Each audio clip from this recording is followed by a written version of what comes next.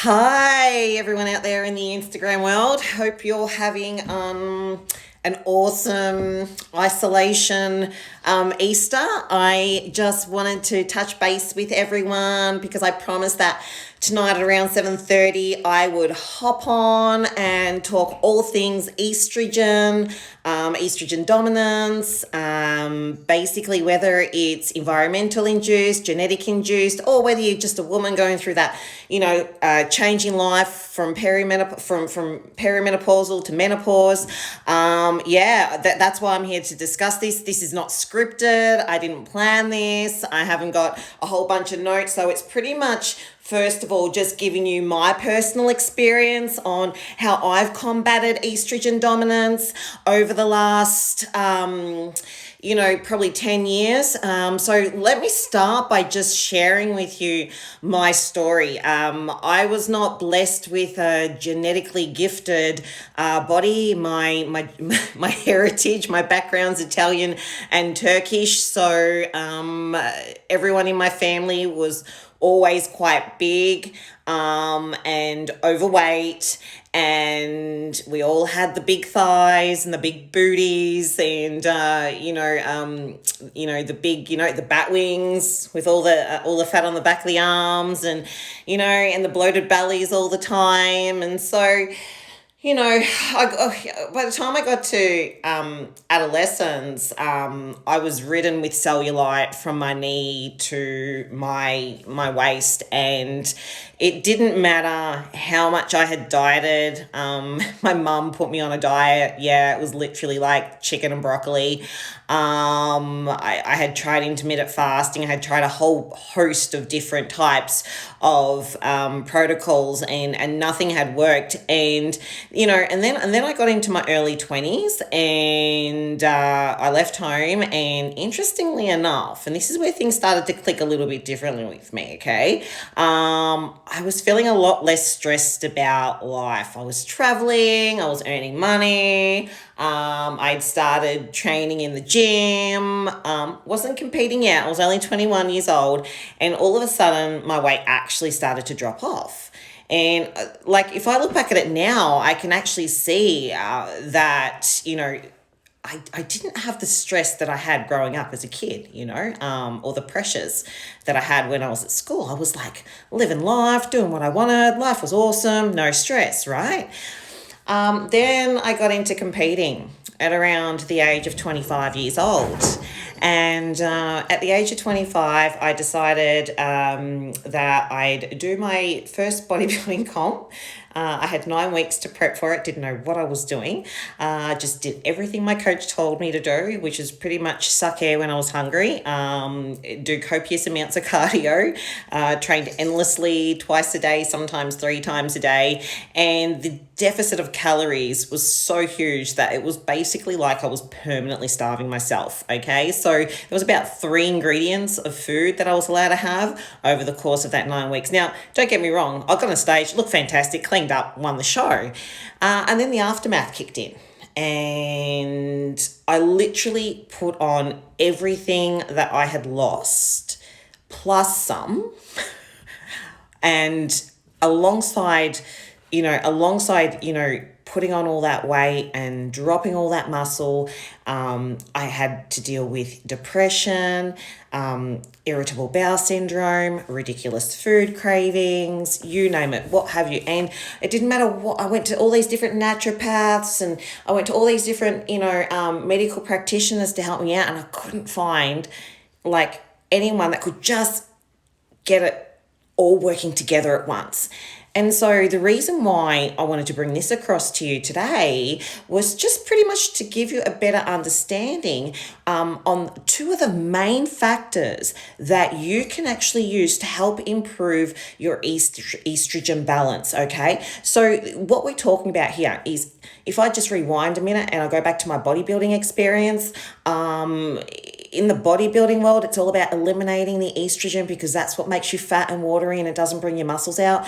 Well, the truth is that we need estrogen as women, not just, for the reproductive purposes of it all, but also to put on muscle. There are 3 types of estrogen that I'm going to go into. One of them is the nasty one. The other 2 are the good ones. And so if you're going through a bodybuilding comp and the coach you're working with, or if you're doing it yourself, you do your own Dr. Google research and you deem yourself saying, well, I've got to get rid of all this estrogen, you block all that out, I can absolutely guarantee you at the end of that comp, it's going to come back and kick you on the butt with a vengeance. Okay, so basically we need one type of particular estrogen called estradiol. Okay, so that's the E3 that's actually contributed to making you look youthful, healthy, keeping your bones and ladies, your bits all lubricated, yes, and also helping you prevent night sweats and also putting on muscle. So we need that one there, okay? And that one is always at its peak when we are at our least stressed, okay? When we are at our most stressed, what happens is we get this E1, and this E1's called estrogen, and it's quite prevalent when for women who are pregnant or who are going through that menopausal sign, because the E1 isn't just produced in the ovaries, it's produced in your adipose tissue, and it's also produced in your adrenals, and it's classified or deemed as a poor quality estrogen, i.e. that means it's responsible for increasing your insulin levels, which make it a lot harder for you to mop up the glucose that helps regulate your blood sugar levels, which also help with body composition. Elevated E1 will also contribute to that bloated belly look. I don't know if anyone is listening right now and they've gone through or are going through menopause and they've noticed that they've started to bloat a lot more, they've got a lot more food sensitivities and things like that. That's an elevation of the E1 that is triggered by stress as well. And also if you are going through that life change as well. So let's look at that for a minute, okay? So if we're stressed out, this is basically what happens, okay? Our adrenals sit on top of our kidneys, okay? And they produce adrenaline and cortisol and serotonin and dopamine and lots of other little hormones like the E1, for example, and also is responsible for producing a little bit of testosterone in women as well. Now, what happens is when our body goes into survival mode or the stress button's pressed, our adrenals fire up, turns on the engine and starts producing cortisol. Now, cortisol starts filtering into the body, goes through our liver, goes through the whole metabolic process, gets into our bloodstream. And what that does is it triggers your pancreas to release a lot more estrogen. So now you have a lot more estrogen in your body. As a result of that stress, your insulin's elevated and it's quite high now. And what's actually going to end up happening is it's going to make you a lot more insulin sensitive. So you're going to find yourself being a lot more sensitive to foods like carbs or sugars, or basically foods that piss your body off, like gluten and wheat and dairy and those sort of things, where maybe in the past that may not have been the case at all. Okay, so and that's just dealing with the stress component. So the first thing is you've got to recognize where the area of stress is actually coming from, right? And I'm not here sitting saying, is it a physical stress? I don't know. Are you working too hard? Are you not sleeping well? Is it a psychological stress? Do you have stuff going on in your private life, in your personal life that you're just not coping with? Okay, stress is going to happen. Stress is part of our life. It's not about what happens to us when it comes to stress. It's more about how we process, manage, and metabolize our stresses from a psychological standpoint, but also from a spiritual and an emotional standpoint as well. Now, I know that might sound a little bit of woo-woo stuff, so let me break it down and make it a little bit easier for you as well, because these are the controllables, right? If we can control, it's not about controlling our stress, it's more about processing and manage them in a better way, so it's not pissing our adrenals off to release all that cortisol and adrenaline. Therefore, keeping our E1 at a manageable level and bringing those insulin levels back down to a manageable level as well, okay?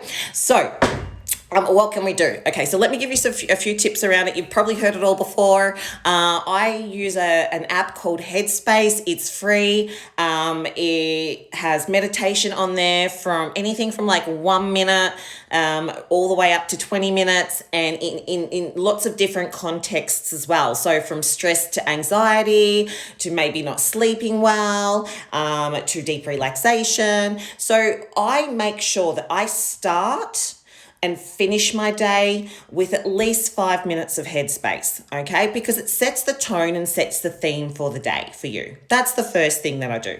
The second thing I do is I write down my thoughts before I start my day to clear out. And I also make sure that I write my thoughts down for the day before I go to sleep at night. Why? Because I want to have a deep, rested sleep, okay? And that's the foundation of actually minimizing physical stress in the body, okay? The next thing that I do as well is I make sure that my body's actually, its gut health is at its peak, okay? Because if you want to manage your estrogen levels as well, what you need to understand is what processes estrogen in your body and excretes it is your gut, okay? So if your gut's not working and not optimized properly, guess what? You're just going to have that estrogen circulating through your body. You're going to have the cortisol circulating through your body, and it's really not going to be getting out. It's going to be stuck in our lymphatic system, and then our lymphatic system is going to get quite slow, and that's going to cause our body's receptors to fire off again, okay? And when our receptors are firing off, it's going to trigger more cortisol and more adrenaline to run into the body, and that has to once again process through the kidneys, through the liver, and through your digestive system. And what happens is it actually starts to break down and destroy what we call the villi that are in your small intestine, which actually protects toxins from entering into our bloodstream, okay? So another thing is making sure you have a good gut protocol as well. So one of the things that I get all my clients to do when I'm working with them and is I get them on a really good probiotic. Now, the one that I use personally, it's called ProGert. It's really, really expensive, but you get what you pay for. You can have a look at www.progert.com.au. Basically, it's the only probiotic that is actually made with human strain bacteria. Now, the reason why I say human strain bacteria is because 99.9% of other probiotics out there are made with animal-based probiotics or animal-based bacteria, and we're humans, and that's an animal product, and now we're putting animal bacteria in a human body. It makes no sense to me, and it really destroys your microbiome, which can actually cause more issues than later and cause more estrogen to keep getting filtered through your body. So one of the things that I do here is I will use ProGert, and I will do a cycle of 10 days.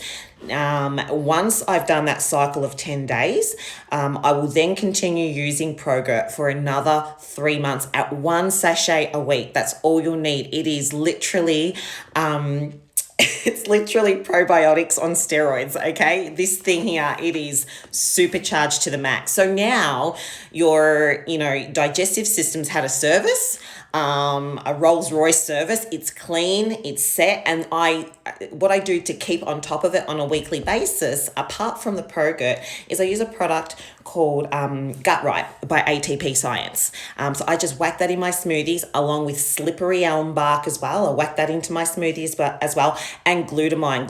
Glutamine is an abundant amino that just doesn't repair gut health and connective tissue, but also aids in the production of repairing your skeletal tissue as well, and also excreting and binding to those estrogen receptors and excreting out of the body, okay?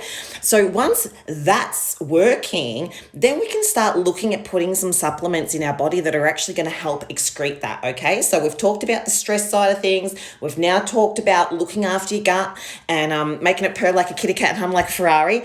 Now we can start looking at some supplements that personally I use that are natural, that actually help balance out those estrogens. Now, one of the things that I use, I've got it over here, so I'll get it right now, is I've got this product here. Can you see that? Can everyone see that? It's called calcium D-glutrate, okay? So calcium D-glutrate is a vitamin that basically binds to estrogen receptors just like the glutamine does, but it doesn't just bind to the E1, it binds to the E2 because sometimes we can get some extra E2 coming into the body, and they're mimicked by what we call xenoestrogens, which I'll talk a little bit about later, which are environmental or man-made estrogens, and then basically push them out through the system. Like I said before as well, we have estrogens that continuously will run through our body, and men have them as well, especially men. If there's anyone on here right now that's an assisted athlete that might be using some hormone replacement or something like that, the moment you come off that, your body and your beta receptors just switch on and they just start pumping out that estrogen, and it's generally the estradiol, which is the E2, which is the fat gaining one as well. Okay, so this is a product that I use, and I take 2 in the morning, 2 in the afternoon, all with a meal, and then 2 in the evening. And I have found my experience in using these intermittently, not all the time, is that I'm holding less water.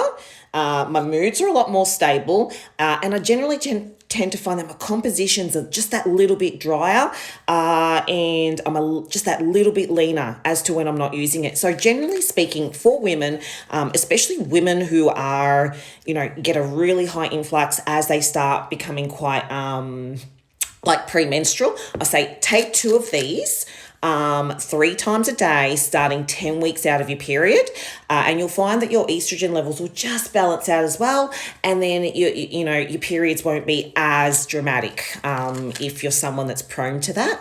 Another product that I use with this is called DIM, D-I-M. I combine the 2 together, especially for women that have quite heavy periods or are just at the onset of perimenopause as well. Because what that's going to do is it's going to really help excrete once again the bad estrogens and balance out the good estrogens, but not eliminate them, because that's not what we're looking at doing, okay? So that one there. Another one that I use as well, and I actually made this tea up earlier today. It's combined together. Here it is right here. Yummo. Okay, cool. So it's a combination of nettle tea. Can you see that? So it's nettle tea and dandelion root tea. So nettle tea, once again, it has been traditionally used in Chinese medicine to help eliminate excess estrogen from the body. It's easy to induce. You basically put a tablespoon in a cup of hot boiling water and you let it sit. Now, I like to combine teas together as well. So another tea that I use in conjunction with this, which actually helps cleanse the liver, because understand the liver's got a massive role in detoxification as well. And if we're looking at getting rid of the estrogen, we also want to make sure that we're optimizing the liver at the same time. So I use dandelion root. Okay, so the other factor is as well that liver is where our fat's broken down, right? So if your liver's not optimized, you're not going to break fat down anyway. So I put the 2 together. I make up probably 1 litre or 2 worth once a week, and I'll probably have 2 glasses a day, which is about 400 mils or so. So I'll combine the 2 of them, and that really helps in bringing down or excreting that excess estrogen. And this is even before we start looking at our diet, okay, and just our environmental factors. All right, so what have we talked about? We've talked about how to minimize your stress, okay, if you get better at managing stress. If you want more tips around that, feel free to send me an inbox as well. I'm more than happy to have a chat and help. We've talked about optimizing your gut health, and we've also talked about calcium D-glutrate and also combining that with a DIM as well. And you can get these products on pipingrock.com, which is an American site, but super cheap, like cheaper than Discount Chemist Warehouse, like 1/4 of the price of that. And the products are really good quality. And the other option is iHerb. I don't know if anyone's heard of iHerb before, but iHerb's really good as well. So I use those 2 companies companies to get my herbs from. Now, okay, so we've talked about that, and we've also talked about the tea as well. So dandelion root and nettle tea. I remember when I used to compete back in the day, nettle tea would be a product that we would use to kind of help eliminate excess water as well. So it does have a little bit of a diuretic component to it as well. Okay, cool. So we've talked about that. Now, this is the fun stuff. Okay, cool. So how do we get rid of cellulite? That's the messages I keep getting.